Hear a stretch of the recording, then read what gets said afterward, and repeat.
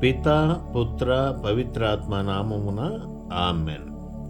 క్రీస్తు ప్రభువునందు మిక్కిలి ప్రియులైన సహోదరి సహోదరులారా, అందరికీ శుభాభివందనములు. రాబర్ట్ కొర్నేలియస్ అనే వ్యక్తి 1839 సంవత్సరంలో మొట్టమొదటిగా అద్దంలో తనను తాను చూసుకుంటూ తన ఫోటో తీసుకొనుటకు చేసిన ప్రయత్నంలో సఫలుడయ్యాడు. అటు తరువాత 1990 సంవత్సరంలో కొడాక్ బ్రౌనీ అనే కెమెరా వాడుకలోనికి వచ్చిన తరువాత ఇదే అద్దం టెక్నిక్ ఉపయోగించి చాలామంది సెల్ఫీ తీసుకొనుటకు ప్రయత్నిస్తూ వచ్చారు.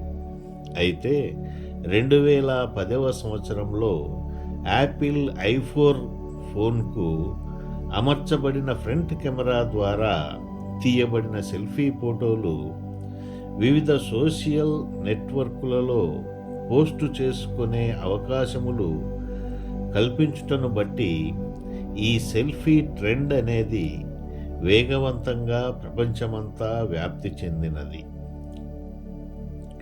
అలాగే బైబిల్ నందు కూడా మనలను మనం చక్కగా చూసుకున్నటకు ఉపయోగపడే సెల్ఫీ కలదు. యాకోబు రాసిన పత్రిక 1వ అధ్యాయము 23వ వచనము నుండి 25వ వచనము వరకు. ఎవడైనను వాక్యమును వినువాడై ఉండి దాని ప్రకారము ప్రవర్తింపని వాడైతే వాడు అద్దంలో తన సహజ ముఖమును చూసుకొను మనుష్యుని పోలి ఉన్నాడు. వాడు తన్ను చూసుకొని అవతలికి పోయి తానెట్టివాడో వెంటనే మరచిపోవును గదా.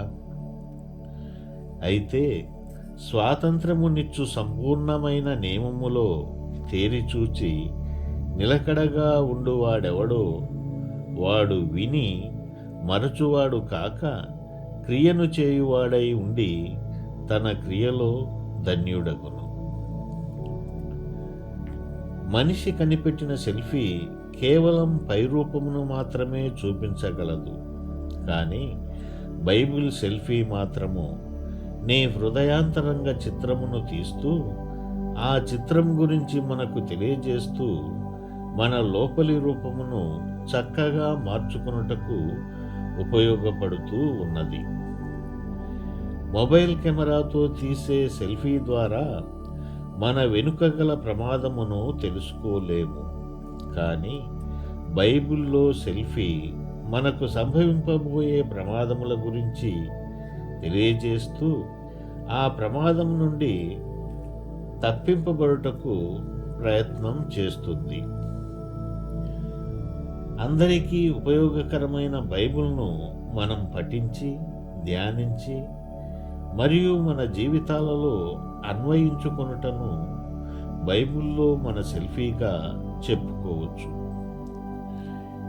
ఈ రోజుల్లో అనేక మంది సెల్ఫీ అంటూ ప్రతిరోజు ఎక్కడ పడితే అక్కడ వారి వద్ద గల మొబైల్ కెమెరాలతో వారి పైముఖమును తీసి చూసుకోవడం, ఇతరులకు చూపించుకోవడం, ముచ్చటపడి మురిసిపోవడం చేస్తూ ఉన్నారు. దీనివలన వారికి, వారు చూపించే ఇతరులకు ఆ ఫోటో కేవలం పెదవులపై నవ్వుతో కూడిన ఆనందము మాత్రమే కలిగిస్తుంది. కానీ ఇందులో సంపూర్ణమైన ఆనందము లేదు. సంపూర్ణ ఆనందము అనగా దేవునికి, మనకు, సమాజమునకు ఉపయోగపడే జీవితమే సంపూర్ణ ఆనందము.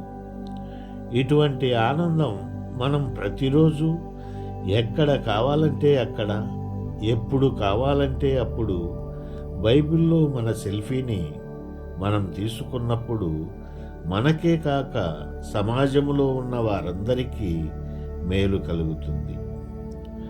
తద్వారా మనకెంతో మానసిక ఉల్లాసము, సంపూర్ణ ఆనందము కలగడమే కాక సమాజమునకు వన్నె తెచ్చేవారముగా మనముంటాము.